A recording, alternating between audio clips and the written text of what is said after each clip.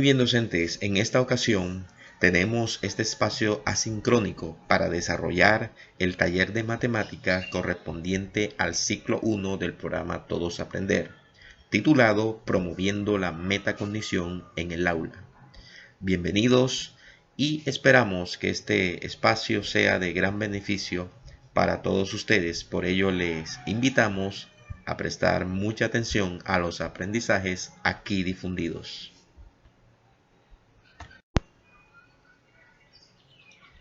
Para el desarrollo de este taller hemos establecido unos objetivos, partiendo de un objetivo general, el cual es reconocer algunos elementos que permiten el desarrollo del proceso de razonamiento desde la resolución de problemas.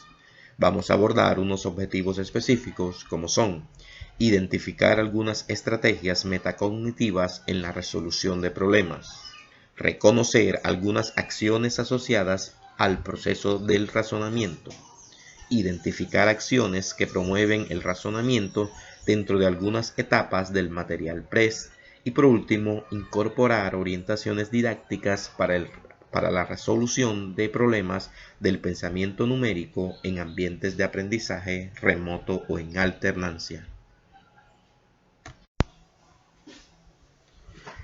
Este espacio está estructurado de la siguiente manera. Vamos a tener una introducción, un momento de exploración, un momento de estructuración, un momento de práctica, de transferencia y uno de valoración y cierre. Iniciando con el momento de exploración, vamos a resaltar la importancia de reconocer las ideas previas y la relación con el nuevo aprendizaje en las enseñanzas que damos a nuestros estudiantes. Presentamos entonces a manera de ejemplo esta situación-problema. ¿Cómo resuelve la siguiente situación? En un corral hay gallinas y conejos.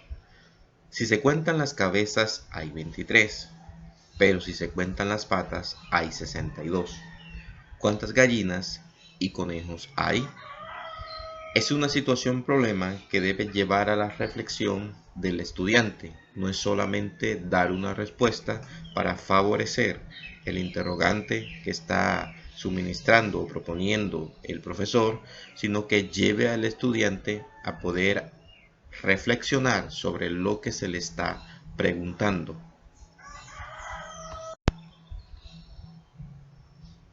¿Y usted, docente, cómo resolvería esta situación-problema?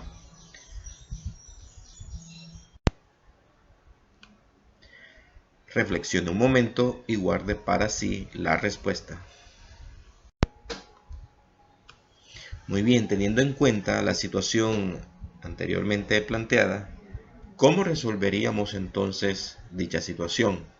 Pues bien, hay que tener en cuenta tres aspectos muy importantes. ¿Qué hay que hacer? Es decir, la tarea. ¿Cómo se hace? Es decir, la estrategia. ¿Con qué se hace? Es decir, los recursos. Tengo que contar entonces cómo resolví, no solamente dar la respuesta. Para realizar la tarea, debo tener en cuenta entonces las acciones planteadas para el aprendizaje. Para plantear la estrategia, debo tener los procedimientos para resolver la tarea. Y hablando de los recursos, debo tener el material disponible para ejecutar estrategias y resolver una tarea propuesta. De esta forma, entonces, estructuramos el proceso de la resolución de esta situación-problema. Dentro del proceso de resolución de esta situación-problema, podemos llegar a planteamientos reflexivos que nos llevan a un momento de metacognición, donde podemos entonces contrastar los conocimientos que tenemos con la situación que estamos resolviendo. Por ejemplo, preguntas como ¿podrá haber igual cantidad de gallinas que de conejos? ¿Por qué? ¿Podrá haber mayor cantidad de conejos que de gallinas? ¿Por qué? ¿Cuánto más conejos que gallinas habrá? Entonces así reflexionamos en la situación que tenemos al frente para poder dimensionar mucho mejor la tarea que estamos realizando, las estrategias que estamos planteando y así resolver la situación. Seguimos entonces con una segunda fase y es la de estructuración, en donde vamos a dialogar sobre el proceso de razonamiento en la resolución de problemas, elementos y categorías que influyen en la resolución de problemas y que se entiende por metacognición. También estrategias metacognitivas y heurística. Basados en los lineamientos curriculares de matemáticas, podemos dar entonces algunas acciones del procedimiento de razonamiento, como es dar cuenta del cómo y del por qué de los procesos que se siguen para llegar a conclusiones, esto relacionado con la metacognición, así como justificar las estrategias y los procedimientos puestos en acción en el tratamiento de problemas. También relacionado con la heurística, formular hipótesis, hacer conjeturas y predicciones, encontrar contraejemplos, usar hechos conocidos, propiedades y relaciones para explicar otros hechos, encontrar patrones y expresarlos matemáticamente. Y por último, utilizar argumentos propios para exponer ideas, comprendiendo de las matemáticas más que memorización de reglas y algoritmos potencien la capacidad de pensar. Continuando con el momento de estructuración, aquí veremos 4 fases para resolver un problema que plantea Polya. En los libros de Press trabajamos estas etapas. Cuando tenemos la situación problema, trabajamos la etapa de comprensión del problema. Le hacemos la lectura del problema, indagamos saberes previos, preguntamos esas palabras desconocidas, las buscamos en un diccionario, las compartimos, las socializamos, miramos cuáles son los datos que tenemos, las condiciones que se nos piden, qué tarea, cómo podemos representar eso en un esquema mental y luego vamos a hacer una elaboración de ese plan de lo que se pide. En los libros de Press, por ejemplo, hacemos un trabajo de descontextualización a través de los centros, pero aquí en ese problema nosotros lo que hacemos es que a partir de esas tareas, de esos datos que tenemos, de esas condiciones, empezamos a generar ese plan, como lo hicimos ahorita en el ejercicio de las gallinas y los conejos. Continuando, veremos los factores que influyen en la resolución de problemas. Para ello encontramos dominio del conocimiento, estrategias cognitivas, estrategias metacognitivas y el sistema de creencia. Cuando hablamos de dominio del conocimiento, son esos recursos matemáticos, esos saberes cognitivos con los que contamos que hablamos al principio de las estrategias cognitivas, pero que estamos abordando también las metacognitivas. Entonces acá hablamos de esas estrategias cognitivas, cómo abordamos ahorita todos los recursos, todos esos saberes previos con los que cuento, esos conocimientos y esos sistemas de creencia que son esa visión matemática que tengo de mí mismo, inclusive como maestro. Qué bueno que apuntáramos a desmitificar ese miedo, ese tabú que tienen los estudiantes hacia las matemáticas, que es difícil y que ojalá la pudiéramos proyectar de una manera maravillosa, y también esas estrategias metacognitivas que van a permitir que el estudiante pueda hacer un monitoreo y un control de ese aprendizaje. Aquí encontramos las categorías de conocimiento y comportamiento en la resolución de problemas, como son los recursos, la heurística, el control y el sistema de creencias. Aquí encontramos un ejercicio de valoración en donde se concluye lo anteriormente explicado, consolidando los conceptos según corresponda. Entonces, dominio del conocimiento corresponde a los recursos. Las estrategias cognitivas corresponden a la heurística. Las estrategias metacognitivas corresponden al control y el sistema de creencia son esa visión de las matemáticas. Abordaremos qué se entiende por metacognición. Se entiende como ese conocimiento metacognitivo que me permite indagar el saber qué, pero también tener ese control de cómo lo voy a hacer. Entonces, cuando lo voy a abordar una situación, problema, desde esa metacognición, el estudiante tiene que llegar a ese por él mismo, a ese camino que necesito, que me están pidiendo.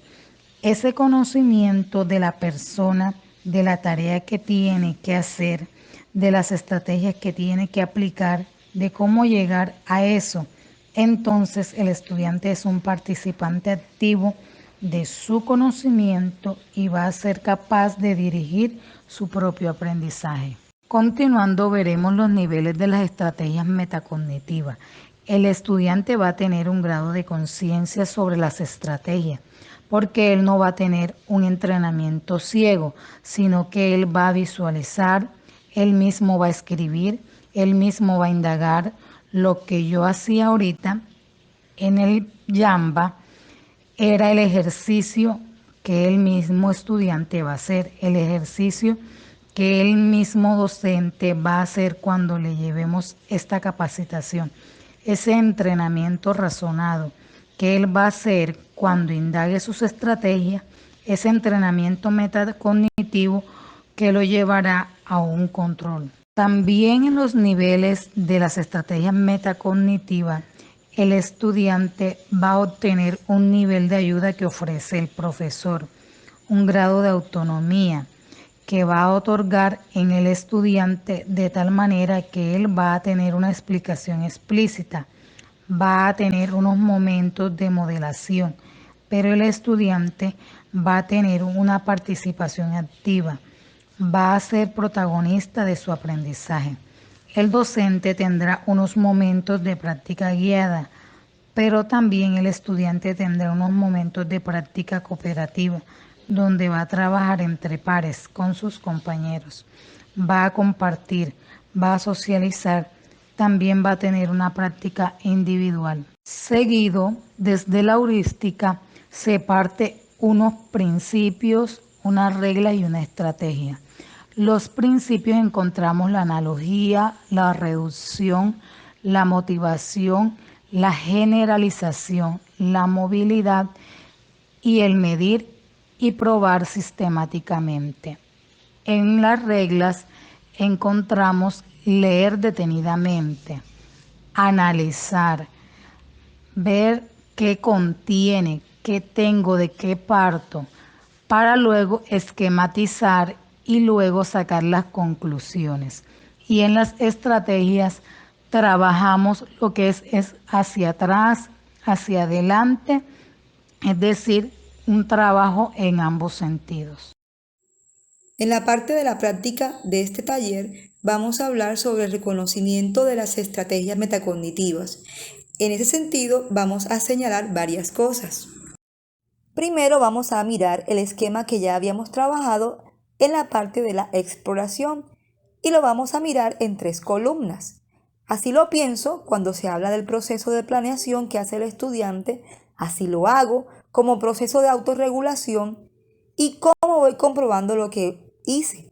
Encontramos entonces 2 tablas. La primera, que está en la parte superior izquierda, es cómo lo haría el estudiante si tiene que resolver un problema, cómo él describiría ese problema y cómo lo comprueba, si lo que hizo está bien o está mal. En la parte inferior derecha encontramos la otra tabla, que aparentemente es igual a la que mencionábamos, pero si miramos por la figura hace referencia al docente. Entonces, mis profes, una cosa es cómo el estudiante lo piensa, lo hace y lo comprueba, y la otra es cómo en ese mismo momento en que el estudiante realiza este proceso, el docente se centra en observar la forma como ese estudiante establece ese procedimiento de trabajo para resolver el problema. ¿Cómo lo hace el docente? Pues mi profe, debe contar con todas las actividades del estudiante y observar todo su proceso. Si el estudiante tachó, si borró, si cambió, etc. Porque esto lo va a llevar a visualizar el proceso y comprobar lo que está haciendo él mismo. en el momento en que el estudiante evalúe el proceso y evalúe el aprendizaje. Siguiendo con la práctica de este taller, en las siguientes diapositivas encontramos dos ejercicios. El primero tiene que ver con el concepto de promedio y el segundo con el concepto de relación de proporcionalidad. Empezamos con el primer ejercicio, la primera situación. ¿Cómo lo podría resolver el estudiante? Dice así. Doña Marta es la mamá de Laura y tiene una tienda. Doña Marta organiza la información en gráficas para saber cuántos productos vende diariamente.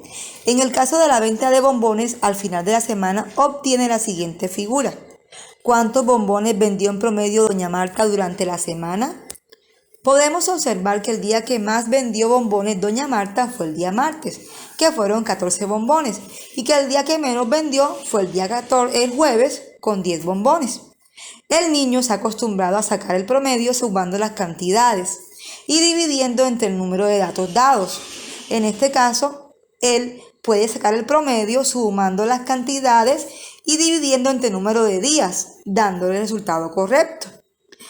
Los docentes tenemos que tener en cuenta que cuando el estudiante se enfrenta a este tipo de problemas, tiene que tener claridad qué significa el término promedio. En este caso, el estudiante puede decir que el promedio es el resultado de sumar los datos y dividir entre el número de datos. Pero ojo, mis profes, este es solo el procedimiento para determinar el promedio. Veamos entonces qué es el promedio. Cuando yo tengo varios datos de diferentes cantidades y empiezo a restarle a los datos mayores ciertas cantidades y a sumárselos a los que tienen menos, buscando equilibrarlos, de modo que todos resulten en igualdad de condiciones, busco que todos tengan la misma cantidad, un punto de equilibrio entre los datos, que sería lo que denominamos promedio. Es decir, que el concepto de promedio se puede enseñar a partir de sumar y restar. Voy restando al que tiene más y le voy sumando al que tiene menos hasta emparejarlos a todos. Es importante que los niños entiendan que cuando los datos son diferentes, el promedio es un valor que está entre el mayor y el menor de los datos, porque al mayor le quitamos y al menor le sumamos. Entonces, cuando vemos la gráfica y noto que el menor de los datos es 10 y que el mayor es 14, entonces debo entender que el promedio es un número que está entre las dos cantidades. Y si miramos la respuesta que cumple con estas características, es el número 12, que es la respuesta correcta. A esto nos referimos como estrategias metacognitivas, en la que el estudiante no solo aprende un concepto, aprende un conocimiento, sino que también aprende cómo puede utilizar ese conocimiento para la resolución de diferentes problemas. El siguiente problema dice: en el Colegio San José participaron 40 niños en las Olimpiadas Supérate con el Saber. 2 de cada participante pertenecían al grado quinto. ¿Cuántos niños de grado quinto participaron en las Olimpiadas? Lo que realmente haría la mayoría de los niños, porque así se lo hemos enseñado, es que como estamos hablando 2 de cada 5 estudiantes, primero investigaríamos cuántos grupos de 5 niños hay y dividir 40 entre 5, lo que resulta 8. Y si tengo 8 grupos de 5 estudiantes y en cada grupo hay 2 niños, multiplico 8 por 2 y obtengo 16, que sería la respuesta correcta. ¿Cómo lo haría un estudiante que sí tiene un entrenamiento metacognitivo? Un estudiante que sí ha aprendido a aprender, que ha aprendido a utilizar lo que aprendió. Ese estudiante lo más probable es que haya dicho: la mitad de 5 es 2.5, por lo tanto, 2 de cada 5 es un poquito menos de la mitad. Cada vez que resulte un problema que esté hablando de 2 de cada 5, voy a pensar que la respuesta correcta es la que sea un poquito menos de la mitad. Como hay 40 niños, la mitad es 20. La respuesta correcta es un número que sea un poco menos que 20. En este caso, viendo la respuesta, sería la opción A, que es 16. Lo importante con este ejercicio, y es la clave, es que el niño haga uso de todas esas estrategias metacognitivas, que no solo aprenda, sino que aprenda a aprender y aprenda a utilizar lo que está aprendiendo. Con estos dos ejercicios terminamos la parte de la práctica y continuamos con la parte de la transferencia del taller de matemáticas. Seguimos con un momento de transferencia en donde vamos a dialogar sobre la incorporación de orientaciones didácticas en ambientes de aprendizaje. Esté muy atento, apreciado docente. Con base en los textos, es importante tener en cuenta otros niveles de representación, lo cual permite contrastar con los ejercicios propuestos. A través de la práctica guiada, es necesario también brindar estrategias con rutinas de cálculo mental, como se observa en el ejemplo, lo que permite el entrenamiento metacognitivo en los estudiantes. Con base en la virtualidad, se pueden implementar juegos educativos de acuerdo a la temática a enseñar, es decir, en el área de matemáticas, usando como herramientas plataformas o aplicaciones que permitan el entrenamiento metacognitivo y la práctica guiada. De esta forma avanzamos con un espacio de valoración y cierre. Para finalizar este taller, reflexionamos sobre el siguiente interrogante: ¿cómo integro las estrategias metacognitivas a la evaluación formativa y a la resolución de problemas? Muchas gracias a los docentes del Centro Educativo Las Candelarias, Centro Educativo San Miguel, Institución Educativa San José del municipio de Majagual y a la institución Antonio Nariño de Galera Sucre. Esperamos que este taller de matemáticas, denominado Promoviendo la Metacognición en el Aula, sea de gran apoyo en sus prácticas pedagógicas. Bendiciones.